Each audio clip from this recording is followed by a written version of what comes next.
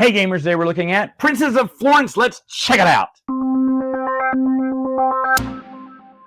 Setup for the game is simple. What you're going to do is you're going to place out all of these little tiles here in their areas, all the buildings and their tiles here. The little jesters and builders will go in their little spaces here. You'll shuffle up the red, blue, and green decks. You don't need to shuffle up the yellow deck and just put them in their areas. You're going to take the privileges, and it's going to be equal to the number of players minus one. So in a three-player game, there'd just be two of each on these on here. And of course, for a four-player game, there'd be three each. Each player is going to get a little player board. Another place where they're going to be placing their buildings and park areas. It's double-sided. This is supposed to be the advanced way here. So you can play on the little novice area here first. You get a player shield, 3,500 florins, and then your icon right here on the 0 prestige track. And someone, start player, will start with this. And how it's going to start is with a bidding auction. Each player, starting with, let's say I'm the first player, I get to bid on whether I want to buy a park, a lake, a forest, a builder, a jester, one of these yellow cards, or one of these green cards. And the bidding starts at 200 florins, then keeps going around until someone wins. Now, if I won, then let's say I wanted this lake. I got this lake. I could put it anywhere on my board, and that's fine. And then say, okay, no one else can bid for a lake, and I'm out of the bidding too because I won the lake. So eventually, one player, let's say Black went next, and they didn't get anything. Another player got this. Maybe they won one of those court jesters. They didn't get it. Well, now they get to start the bidding again until they finally win something. Eventually, someone's going to get one of these for 200 florins each. Now, what if you don't have any money? Well, then you're out of the bidding completely and you can't bid at all. There is a little mini module in this game where you take these cards, lay them out at the top, and then people do another round of bidding before it gets to the action round, and all they do is they put their little pawn here where they can be outbid, and the number equals the number of florins times 100. So that would be 1,000 florins they were bidding on these.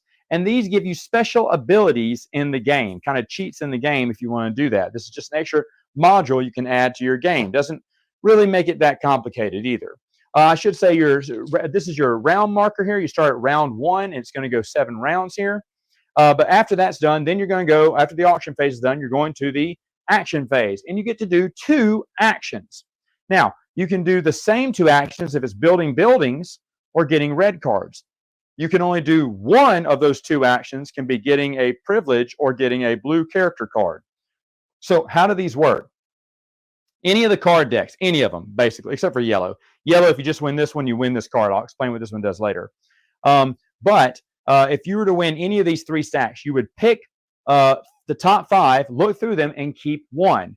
Green is in-game bonuses. In-game bonus cards here. So you pick 5, pick 1.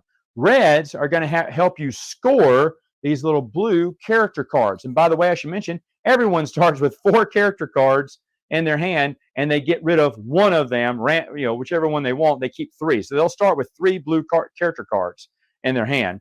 But when you're trying to do this as action, you'll take the top 5, look through them, and pick 1. Then after that, the other thing they can only do 1 of is get a privilege. Once they get a privilege, they only get 1 of each if there's some available. Remember, it's equal to the amount of players minus 1, so not everyone will get all 3 of the privileges here. If you were to buy builders, you'd put them here, and I'll explain what they, and then jesters, you'd put them here, and I'll explain what they do later. But when building a building, you take any of these buildings, and you're going to pay what it says here, $700. You're also going to get 3 prestige points. So whichever building I built, this is big ones, mediums, and smalls. Let's say I built a big one. Oh, I can put it anywhere I want. I can even touch one of these lands here. I can even flip it upside down like that. And then boom, now I have it perfectly set up. The only thing you can't do when building buildings is you can't put them flush against each other. So that will be illegal. Library can't touch the workshop. Nope, still can't do that. It can go up here maybe or around here maybe. If it doesn't touch this one, that's fine. And if it's catty-cornered, that's fine as well. But it can't just go flush like that with another building. That's one rule that they have there. Now, that rule is broken eventually the more builders you get. If you were to get 1 builder, now buildings only cost, and it says here, 300 to build, and you get the 3 victory points. If you, on your, maybe another round, you got another builder, you'd also get 3 prestige for placing it here. Plus, now buildings can go flush against each other, so that would now be allowed if I had 2 builders. And if I ever got a 3rd builder in the game, not only would you get 3 prestige points, but also buildings from then on out are free, and it tells you that right there. That's what the builder does for buildings. Anyway, so after you're getting all these, taking your 2 actions, everyone's done the 2 actions, starting with the start player, then they're going to hopefully play one of these cards. They're going to look at it right here. So let's look at this one here. It says that if I had, and this is a number 7, this means nothing. This basically means you look down here and see exactly what you need to build to get the most points for any of these characters. They just numbered them up here at the top. That's all that number means. But you're trying to get a number equal or more than the number that the round provides. As you see, as the rounds go on, the numbers get higher and higher. So if I had this lake, I get 3 points. Oh, I do have a lake, 3. If I got that big building, I get 4. So now I'm at 7. And let's say maybe I'd gotten, instead of getting this other building, which I wouldn't have gotten, I would have gotten this privilege here. Okay, because as you see, if he has that privilege, he gets another 3. So that's 10 points right now. Now, the reason you want gestures here is for every gesture you have, that's going to give you a +2. So in this case, I'd have 10, 11, 12, 13, 14. And then any cards I have in my hand, whether they be yellow or blue, meaning in my hand or played out on the board, would also count. So remember, I started with 3 cards, so I'd have another 3, and I don't know where I'm at now, but let's say I'm at 13, which is way above the 7. All right? Well, then I play this card, and that's what I have. Now, do you have to have all these? No, you just have enough to meet the minimum. And even if you didn't have enough to meet the minimum, let's say I had him, he was at a 6, and I had 3 prestige from something I did earlier. You know, maybe I built a building at 3 prestige. Well, for 1 prestige, I can move up 1 on the track there. So giving it 1 prestige gave me a 7, which equals exactly what I needed. Okay, and maybe I wanted to move up a little bit more, and I'll tell you why you want to move up above that too. And let's play. Now, again, if you can't reach 7, then you just don't get to play it. But let's say the black player, they got 7 too. We got 8. I got 7. If all of the players go and I'm the highest, then I would get 3 prestige for that. 1, 2, 3 for being the best one. I got the best guy. You know, I accommodated him the finest, I guess. If there is a tie, then both players would receive the 3 prestige. Now, after that, wherever, it doesn't matter what this matters, these markers matter where your prestige is. This matters not. This just lets you know, okay, do you want 800 florin for that, or do you want victory points? Victory points are prestige. For every 2 of these you give up, 1, 2, you go up 1 on the track. So again, remember, when I was trying to build up this number, I paid 1 to move him up 1. But if I'm buying, it costs more to pay for this prestige. I have to move down 2 for that marker to move up 1. And you can split it up. Maybe you get a few of them, maybe add the 8. I said, you know what? I'm going to take 2 victory points or prestige, 1, 2, 3, 4, and move it up 1, 2. And then the rest, I'll take the 400 florins. All right? Because you always need money, because this is an auction game too. Then the round moves on. This passes to the next player, and you do it again, this time with the minimum being 10.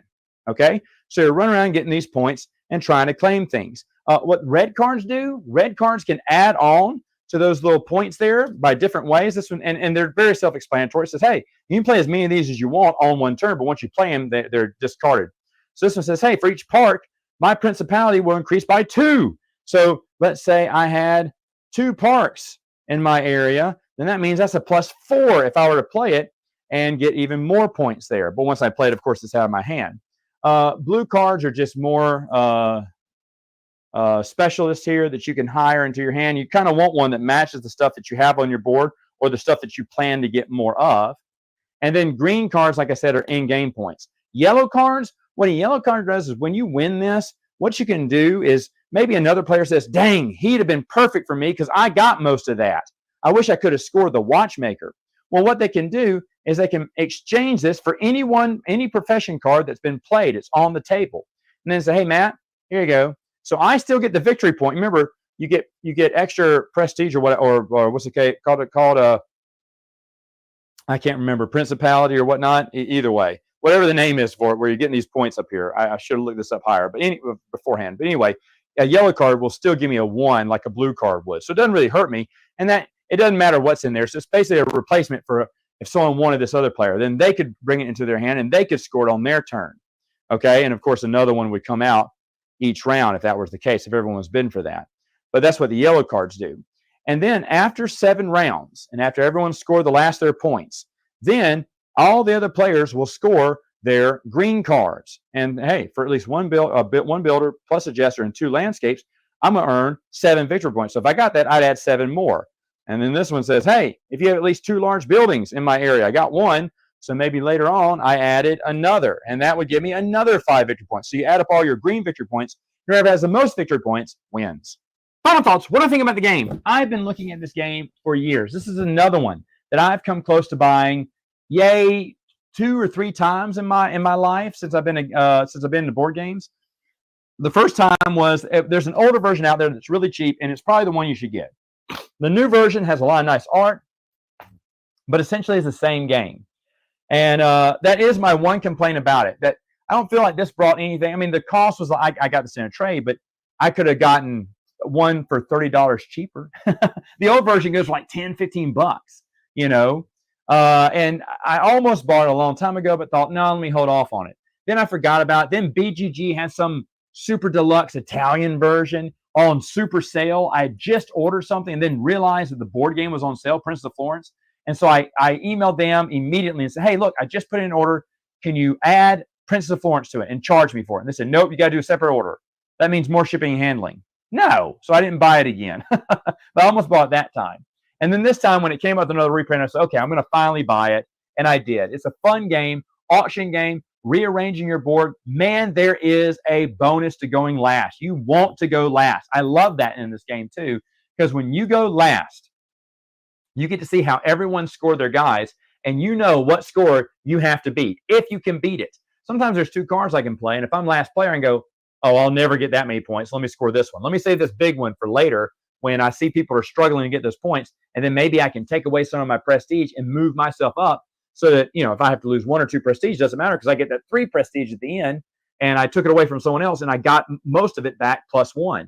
And there's a lot of strategy when doing that. Also, you're trying to run up bids. A jerk in one of our games kept running up. He didn't want anything I was getting. And I realized that after the second round. He was just trying to run up the money to bankrupt me. And so I stuck him with some high-priced, overpriced stuff that I didn't want because I saw what he was doing. Then he backed away. But that's the name of the game, right? Man, I thought getting the builders were probably the biggest thing, and I was wrong. You definitely want to get jesters. You definitely want to get, you know, lakes and parks and forests because those double up. If you had two parks, then it would be 6 points onto that person. So it just kind of doubles up when you get that. Also, the green cards. Man, every time I've lost the game, it's because those doggone green cards. If you get a green card early, that's a good thing. It gives you a goal. A lot of us didn't think about that, but someone bought, I think, 2 or 3 greens, and it was 2 big ones. It was like a 7 and a 5. I think it was the 2 I showed you.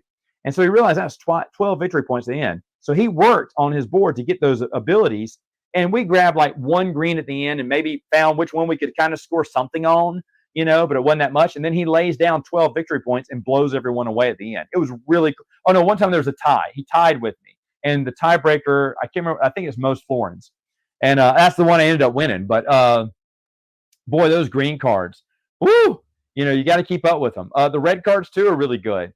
You always start, if you don't start getting blue at the beginning, you will start getting them at the end. The privileges go pretty fast too. But again, other than that, I mean, this is a good game. It's a really good game. Just that I don't know if I'd recommend you getting the newest, latest, greatest when I know the first edition's out there for super cheap and it's essentially the exact same game. This one has just pretty artwork. You want to pay $30 more for pretty artwork? Go ahead. But to be honest, the whole time I was playing, I was like, dang, I should have traded for the little small $10 a first edition Princess of Florence because it's basically the same thing. Other than that, fun game. Glad to have it in my collection. All right, gamers, that's it for now. Until next time, you know what to do. Game on!